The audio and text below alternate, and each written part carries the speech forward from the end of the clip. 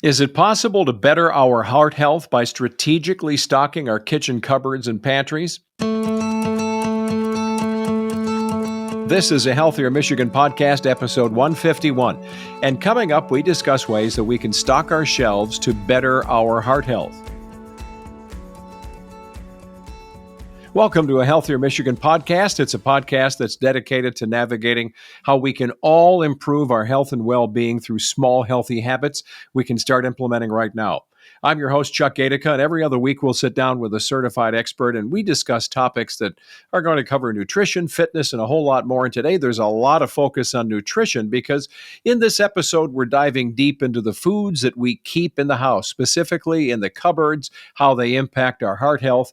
With us today is Maddie Yaw. She's a budding nutritionist. She's got a passion for empowering people through food, and she's got a master's in public health in nutrition sciences from U of M. Looks forward to becoming a registered dietitian in the near future. And if that's not enough, she's also a volunteer with the American Heart Association. Good to have you with us, Maddie. Thanks, Chuck. And I know you enjoy navigating around the kitchen, cooking, baking, and yet you love the outdoors and hanging out with family and friends. So you're going to be one of those people that, comes over to somebody else's house and maybe they hide the chips. I mean, I'm just looking at all your credentials thinking, oh no, Maddie's coming over. Oh my gosh. But it's got to be a fantastic thing that you're doing because you see things that maybe all of us won't pick out in our kitchen cabinets and cupboards. They are kind of a window on our lifestyle and diet, aren't they, all those items? Yeah, most definitely. Yeah. And yeah, I think, there's room for everything in moderation, but it's really about how you meaningfully stock your pantry. So there are a lot of things that reach the expiration date, stuff we don't eat anymore, or we bought it, but we don't like it. But then there are these items that we constantly are rotating. But something we might not think about is how these items that we stock up on, we may like them. We're coming, from the holidays, so we may have gotten our sweet taste buds, taken care of and all that. But how are these items affecting our heart health? So when it comes to foods that we choose, which staples would you say, the go-to stuff that we should have always on hand? What stuff should we be looking at to better our heart health? Yeah, great question. Well, I like to think about what's in your cupboard and kind of categories. Okay. And so, like a really important category for good heart health is fiber. Fiber helps lower cholesterol, and there are a lot of great sources that are shelf stable. So, for example, we have canned beans, fruits and vegetables, and also whole grain products like whole wheat pasta or brown rice, quinoa, and also whole grain cereals like just regular Cheerios. Those are high in soluble fiber. And all of these together can help promote a heart healthy diet. Also, another category is protein. Protein is going to help keep you satiated. And again, beans are a good source of fiber and protein. And a plant-based diet is also recommended for heart health. And so beans fall right in line there. Also, like nuts and seeds and nut butters like peanut butter or almond butter. Not only do those provide protein, but also healthy fats like your omega-3s and omega-6 fatty acids. And also, you might not think about like canned tuna or salmon or sardines. Those are also good sources of protein that are shelf stable. And also, and like when they're packed in olive oil, they're a good source of healthy fats as well. And then kind of the last category is healthy fats, which interweaves with a lot of the things I've talked about already with the nuts and seeds, and then those fish that are high in healthy fats. And when you talk about healthy fats, the obvious choice that comes to mind for most of us is probably olive oil. But I'm hearing a lot of buzz about avocado oil and other plant-based oils. Do you have favorites or ones that you would suggest that we consider maybe switching out or adding to the pantry? Yeah, I think olive oil is a great choice Hmm. because it's very versatile and it's high in monounsaturated fats, which can help decrease your risk of cardiovascular disease. And avocado oil, that's also a good choice. It has a higher smoke point than olive oil, so a lot of people like to use that for like roasting vegetables and Ah, cooking at high yeah. temperatures.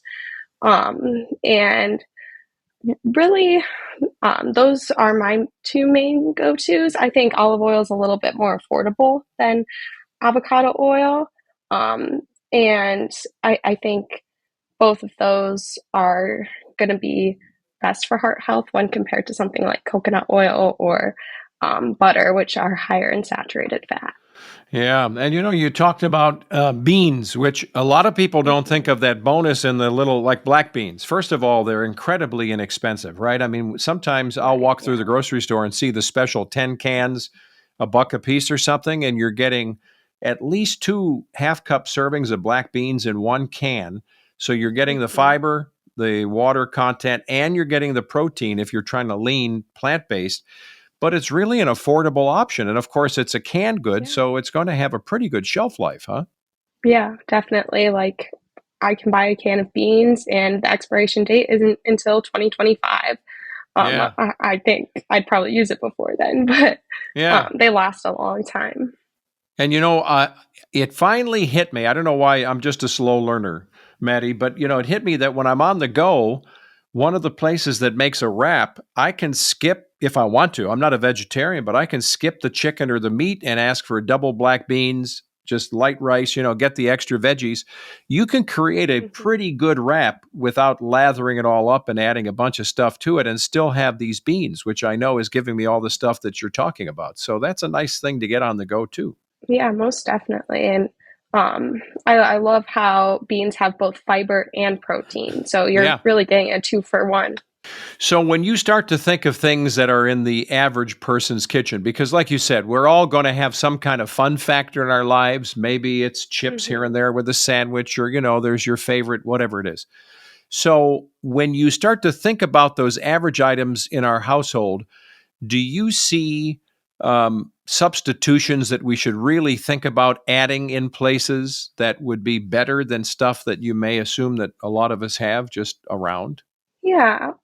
Again, I think there's room for everything in moderation, but Yeah. really trying to focus on like whole grain products, maybe choosing brown rice over white rice or whole wheat pasta, or even like they have chickpea pasta now over regular pasta, Mm-hmm. and just trying to incorporate more fiber. The average American doesn't get enough fiber. The recommended daily value is about 25 grams a day, and most people are getting about like 14 grams. Mm. Um, so really trying to look for fiber and keeping that on hand. I don't really think there's a substitution for potato chips or like cookies. There's nothing that's gonna really hit that craving in the same way, but I think you can strategically organize your cupboards and maybe like put those someplace you're not always going to see them when you Yeah. go to the cupboard. Maybe keeping like the nuts and seeds. They make little snack packs of trail mix. Those are a great option for a quick snack. And so maybe keeping those in a place that's easier to access than, say, the chips or cookies. Well, you know what I do, and it's a hack for me because I don't really particularly care for potato chips, but I have found whether it's potatoes or sweet potatoes, thinly sliced, very, very little olive oil, and use the air fryer. So to be fair, Mm, I don't know that I make them in bulk and I've never put them in a baggie. I don't think they would keep. But I make them so yeah. they're kind of like a pan fried, potato.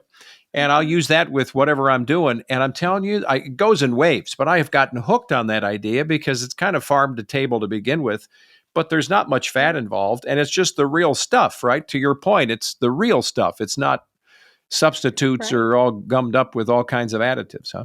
Right. Yeah. And I Yeah. really like that idea because you can use like olive oil, just a Right. squirt of that, and you can really choose your seasonings to keep a variety of different flavors, and so you never get bored.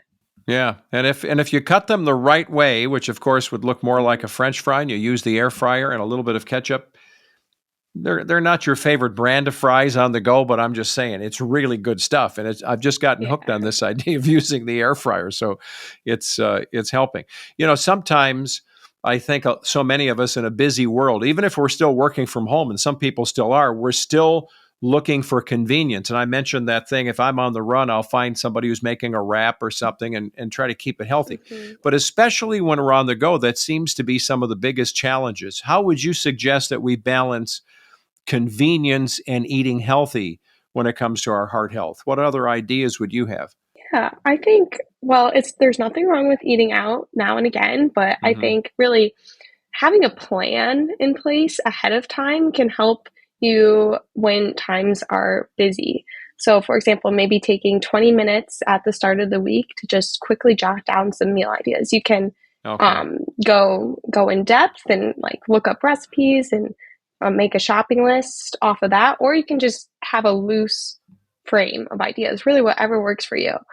But that can really save you time and money in the long run. And I think like, the key to meal planning is to frankly just get started. It can be intimidating for a lot of people, but if you find what works best for you, then Yeah. you'll thank yourself later. And you know what I love about some of the things you're talking about? They seem like, I don't know, they seem like they make so much sense. It's just common sense, right? Mhm. That we should have more fiber. Yeah. But I remember in a previous episode we did with the American Heart Association, the notion of heart health equals sign brain health. And I would say hearing you today is also equal sign gut health. Like a lot of the Yeah, things for we're sure. doing for our heart health is really good for our overall general health, right? Most definitely. Yeah. Yes, especially with the fiber, you're going to help Right. increase that good bacteria in your gut and you're just going to be feeling great all around. So you're navigating around your own kitchen. You enjoy baking. That goes in seasons, right? Sometimes based around Yeah. holidays. What are some of the things that you make for yourself? Like I mentioned, using the air fryer. I talked to somebody the other day. They said, "Yeah, I've got one in the box. I've never opened it yet." And I thought, "Oh my gosh." I don't know how long you've had it, but it's this little miracle device that sits on the counter now that you can reheat, you can make the chips. I was to all kinds of stuff. What are some of the hacks that you personally are using, or some of the things you've stumbled across that you love to make and eat that are great for us? Yeah. Well, I also have an air fryer, but I don't actually use it that much because it takes up a lot of space to have out all the time. Yeah, it does. Yeah. It does do that. Yeah. But the oven, like just roasting vegetables in the oven, I do that at least twice a week. Like Brussels sprouts, carrots, broccoli. There are a lot of different things you can roast in the oven, and it Yeah. really, I think, enhances the flavor. Like roasted Brussels sprouts, one of my favorite foods. Um, and I like roasting veggies because you can also roast like chicken at the same time as Mm-hmm. well as potatoes. And then, bam, you have a meal right there. Just roasted sheet pan of veggies, potatoes, and chicken. Very quick and easy. I also like lots of soups and stews this time of year. Mm-hmm. Um, I love lentils. I don't know if you've ever had them, but I think Sure. they have a great texture and they're very filling. They're a great plant based source of protein and high in fiber as well. Um, and another thing I like to do is I like to like kind of meal prep or batch prep.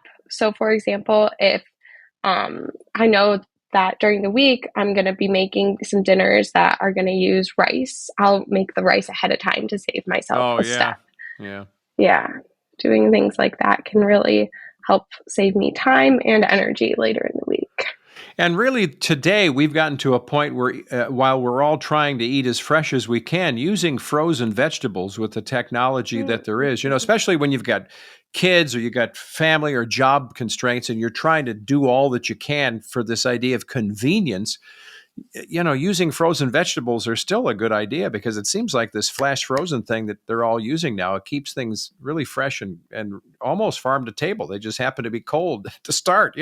Most definitely. Yeah. Yeah. Frozen vegetables are often frozen at the peak of flavor. And Mm. so, really, what you might be using from the freezer might have more flavor than what you would get at the store, especially this time of year in the winter. That's interesting. Um, Yeah. yeah, yeah. And I think they are great in like stir fries or soups and stews. And the texture it fits very well in those types Mm-hmm. of dishes, in my Mm-hmm. opinion. So, you were talking about using Brussels sprouts and, whatever else in the oven. We do that as well. And we kind of fell into the habit. Brussels sprouts or cauliflower, Brussels sprouts or cauliflower, and, a Mhm. little sprinkle of parm and a little bit of olive oil. And then my wife came across a recipe for a little bit of a brush on thing. It does have some brown sugar in it, but it's like soy sauce, Mm. little brown sugar, and it adds this glaze. And maybe I don't know if it has balsamic or not. Anyway, and she just brushes it on fresh carrots that we've cut up into sticks, and you put it in you don't have to keep it in there that long. And I'm telling you, Maddie, oh my gosh, it's like carrot candy, but it's not super sweet, but I could eat a whole plate of these things. So you have to find that, the thing that makes you say, oh yeah, now I like carrots, right? I didn't yesterday, but Mhm. today I do, right? Yeah, that sounds delicious. And, like you said, you can't give up. You got to try things different ways, Yeah. and, you will find how you like it.